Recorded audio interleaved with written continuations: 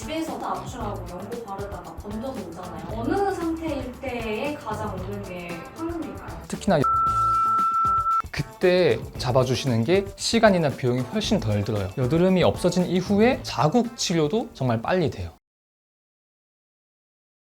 그렇다면 우리가 여드름 났을 때 과연 어떻게 치료가 시작되어야 하는지 그 부분에 대해서 정리 드릴게요. 처음 가장 중요한 건 내 여드름에 대한 상태 체크입니다. 누구나 달라요. 여드름 지금 나 있는 게 어떤 상태이고 어떤 치료가 필요한지, 왜 생겼는지 통합적인 분석이 필요합니다. 자, 다음은 계획을 좀 더 구체적으로 설정해야 돼요. 크게 생활습관, 약물, 그리고 장비를 이용하는 걸로 나눴을 때 생활습관은 어떤 생활습관을 가지시라고 제안을 해드리는데 이거는 정말 본인의 몫이에요. 누가 해주지 않아요. 매니저가 있는 게 아니시라면 해주지 않아요. 매니저 있어도 못해요. 정말 이거는 내 의지. 약도 사실 제일 적합한 약을 처방해드리는데 먹는 거 바르는 것도 의지거든요. 저는 숟가락만 돼요. 10%, 의지 90%. 약물은 제가 좀 더 세팅을 해야 되기 때문에 저희 거 50, 의지 50. 장비 이용하는 건 제가 90까지 해드려요. 하지만 오셔야 되잖아요. 오셔야 되는 발걸음에 대해서 10% 드리겠습니다. 생활습관 잘 해주시고요. 약물은 같이 잘 해가고요. 장비는 제가 세팅을 합니다. 어떻게 할지. 네, 그러면 환자분들이 제일 못 지키는 생활 습관이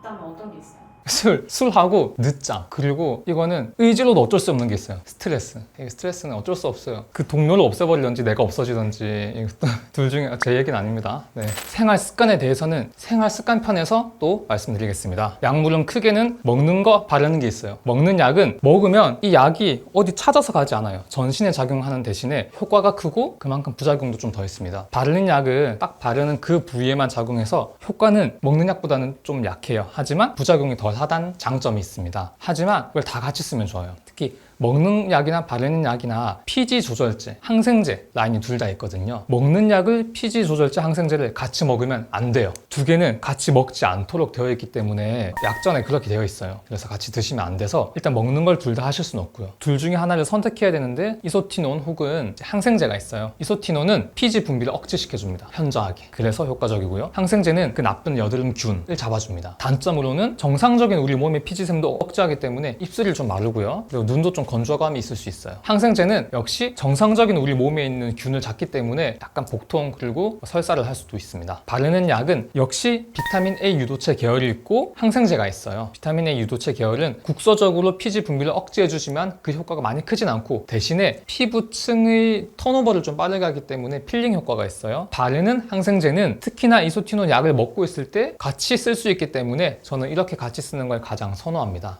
그 약국에서 접할 수 있는 바르는 연고 같은 거 있잖아요. 그런 것 중에서도 비슷한 성분이 있을까요? 처방전 없이 구매할 수 있는 약 중에서도 이렇게 비타민 A 유도체 좀 약하지만 그런 성분이 있고 그다음에 항염작용, 아주 약한 단계의 스테로이드 성분이 함유되어 있어서 염증을 억제해주는 약이 있는데 크게 불편하지 않고 경증이면 사용하셔도 괜찮아요. 하지만 좀 더 강력한 효과를 내기 위해서는 처방받은 약이 필요합니다. 장비를 이용하는 거 역시 피지 억제 그리고 여드름균도 잡는 이 두 가지 목표가 되는데요. 장비를 이용했을 때 가장 장점은 먹는 약은 효과가 크면 부작용이 크고 효과가 적으면 부작용이 적은데 장비를 이용하면 효과도 크면서 부작용은 적어요. 그래서 메인으로 장비를 같이 치료해 주시는 게 좋아요. 그 대표적인 장비는 많이 들어보셨을 거예요. 골드 PTT 아니면 광역동 치료 PDT도 있고요. 그리고 피지샘에 특화된 파장을 이용하는 아큐토닉 같은 치료도 있고 마지막으로 포텐즈 아그네스라고 해서 다른 피지 치료들이 우리가 불났을 때 스프링클러가 터져서 전반적으로 피지샘을 억제하는 거라면 아그네스는 정말 소화기 하나 가지고 그 부위만 잡는 특정 부위에만 여드름이 너무 많이 난다. 그러면은 강하게 잡을 수 있습니다. 그렇게 해서 우리가 쓸 수 있는 여드름 치료법이 이렇게나 많은데 한두 개만 할 필요가 없어요. 여드름은 복합적으로 치료했을 때 가장 큰 효과를 냅니다.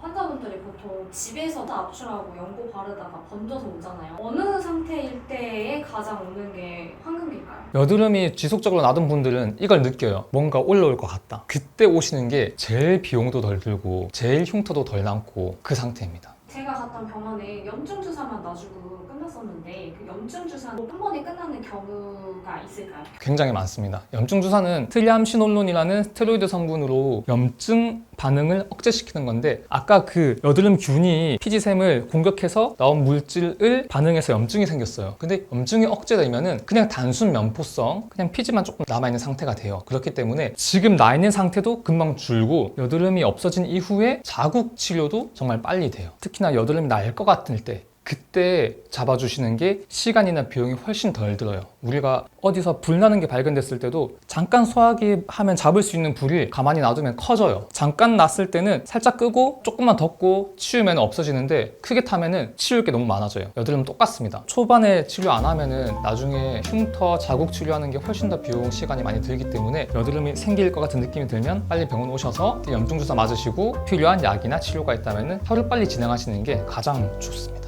이제 다음 편에서는 저희가 여드름 치료 어떻게 하는지 실제 케이스로 설명드릴 테니까 닥터민호랑 구독해주시고 꼭 다음 편 시청해주세요. 감사합니다.